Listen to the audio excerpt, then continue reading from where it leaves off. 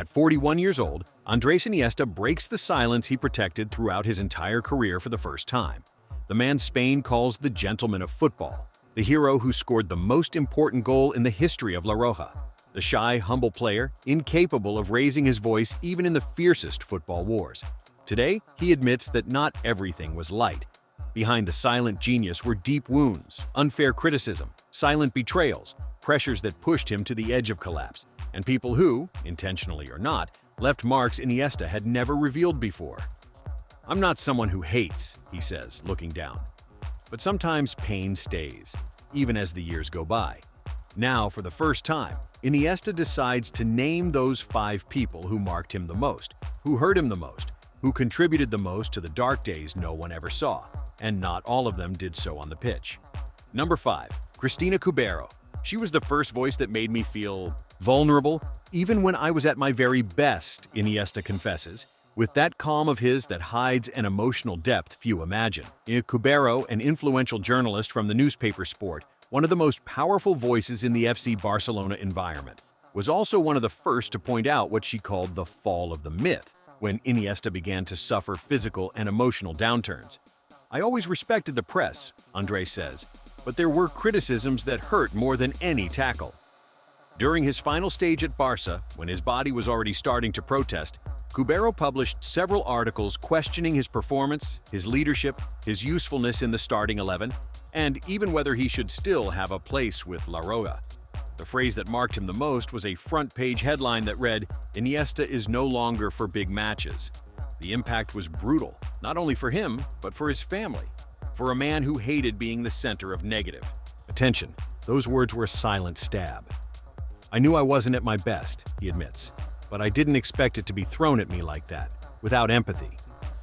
In 2012, during his darkest period, when Iniesta was battling depression, Cubero criticized him again after a discreet performance. Those words reached him when he was emotionally on the edge, when every comment weighed like a stone. "I felt small," he says, "as if everything I had done before was worth nothing." Today, Iniesta holds no hatred, but he does hold a bitter memory, the certainty that sometimes the press does not understand that behind the footballer there is a broken person asking for a moment to breathe. "I didn't hate Cristina for doing her job," he confesses. "I hated the way her words hit me when I was at the most fragile point of my life." Number 4. Jose Mourinho. "He was the storm that turned Spanish football into a war," Iniesta says with a sincerity that only appears when speaking about old wounds that were never fully closed. During the most tense years between Barcelona and Real Madrid, Mourinho turned every Clásico into a battlefield. Looks of hatred, fights, accusations, media noise, and an emotional violence few players were prepared to endure. "I'm not a conflict-driven person," Iniesta explains, "but Mourinho made it impossible for us to experience a match as just a match. Everything was war, pressure, insults, tension, an atmosphere that affected me deeply." Mourinho didn't stop at tactics. He attacked Barca players directly, their character, their honesty, their style, their integrity. And although Iniesta was one of the most respected, he wasn't spared.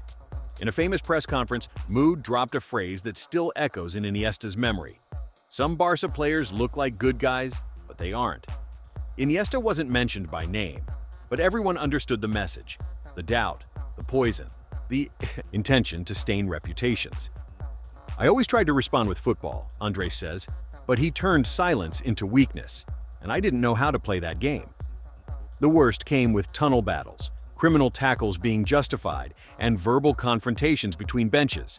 Iniesta watched friends and himself turn into soldiers in a war they never wanted to fight. "I didn't hate Mourinho as a coach," he clarifies.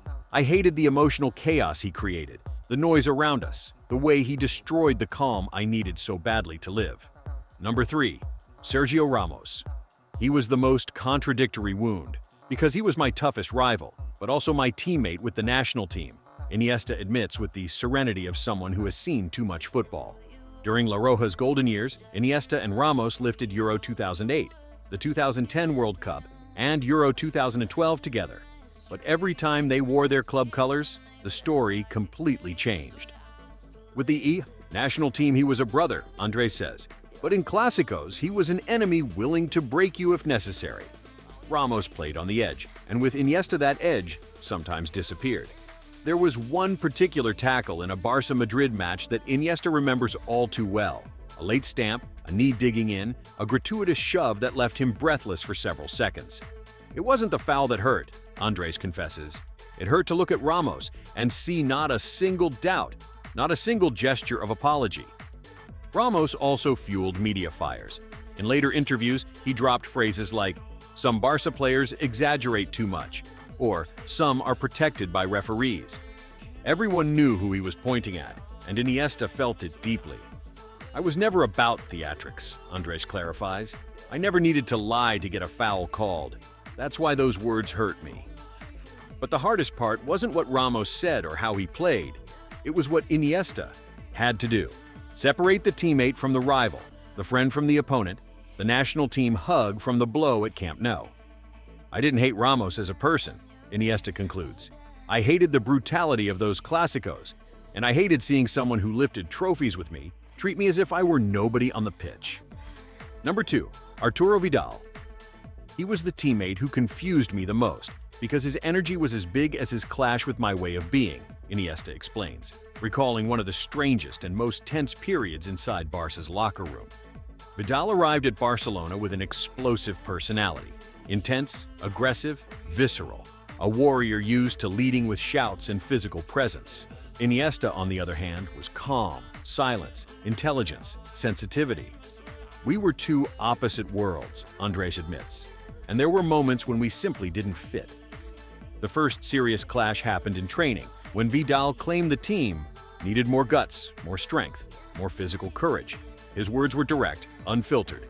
"We're missing players with real character here." The locker room froze. Iniesta understood perfectly. He said nothing, because Iniesta never responds that way. But those words pierced his soul. "I never needed to shout to lead," Andrés says. "My football spoke for me." Vidal, coming from a completely different background, didn't understand that. He believed leaders had to impose themselves. Iniesta believed leaders had to inspire. Later, in an interview, Vidal said Barca was losing personality and lacked aggressive players.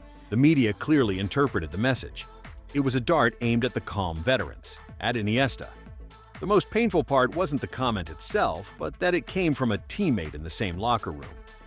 "I didn't hate Vidal for who he was," Andrés explains. "I hated feeling that my way of living football was seen as weakness." In the end, the relationship was cordial, but the wound remained, a silent tension between two souls that were never meant to understand each other. Number 1, Vicente del Bosque. "He was, unintentionally, the deepest wound of my career," Iniesta confesses with a sincerity that moves even those who know his story well. Del Bosque was the coach of the golden era, the gentle leader, the man who trusted a historic generation. But he was also the one who, in silence, pushed Iniesta to a point almost no one knows. "I never wanted to disappoint him," Andrés says, "and that's why I played, even when I shouldn't have." During Euro 2012, Iniesta was carrying intense pain, mental exhaustion, and an emotional weight that pushed him toward an invisible abyss. Even so, Del Bosque made the decision. Iniesta had to play everything. "I wasn't okay," he admits, "but for him, my presence was indispensable." Andrés played injured, exhausted, with a body begging for rest, and a mind begging for relief. After the tournament, which Spain won, the country applauded him, idolized him, crowned him player of the tournament. But no one knew that behind that shy smile, Iniesta was breaking inside. Weeks later, he fell into a deep emotional void, a dark, silent sadness that led him into the hardest depression of his life. Del Bosque never acted with malice, but Iniesta couldn't avoid feeling that he had been pushed beyond his limit precisely when his mind was more fragile than ever. "I love him and respect him," Andrés explains, "but I hated that period. I hated not being able to say, 'I can't anymore.' I hated feeling that my mental health was worth less than a match." The wound wasn't a fight, an insult, or a betrayal. It was something more complex, the weight of a responsibility that almost destroyed him. "Today I understand it," Iniesta concludes, "but for years it hurt me deeply." There was a day, Iniesta recalls, when he realized he couldn't keep carrying all of that. It was after a training session in Japan, in a silent locker room where the echo of his footsteps sounded louder than all the shouts, criticisms, and pressures he had stored for so many years. He sat down, slowly untied the laces of his boots, and felt a knot in his throat he had ignored for far too long. The words of Cristina Cubero, Mourinho's emotional war, Ramos's blows, Vidal's questioning, and Del Bosque's relentless demands mixed like a whirlwind in his head. "I had given everything I had," Andrés says, "and still, I felt I always had to give more, even when there was nothing left." For the first time in his life, Iniesta cried, not because of a defeat, not because of an injury, but because of the invisible pressure that had followed him throughout his career. "That day," he confesses, "I realized that I also have the right to feel fragile." Over the years, Iniesta learned something essential. Hatred is not born from strength, but from exhaustion. "I didn't hate those people," he says calmly. "I hated that their actions came when I was already broken." He learned to accept his past, to heal, to forgive without forgetting, to understand that even the calmest man can carry scars he never shows. Today, at 41, Iniesta looks back without resentment. He knows that every blow made him more human, wiser, more aware of who he truly is. "For a long time, I believed that being strong meant saying nothing," he reflects. "Now I know that being strong means daring to tell the truth."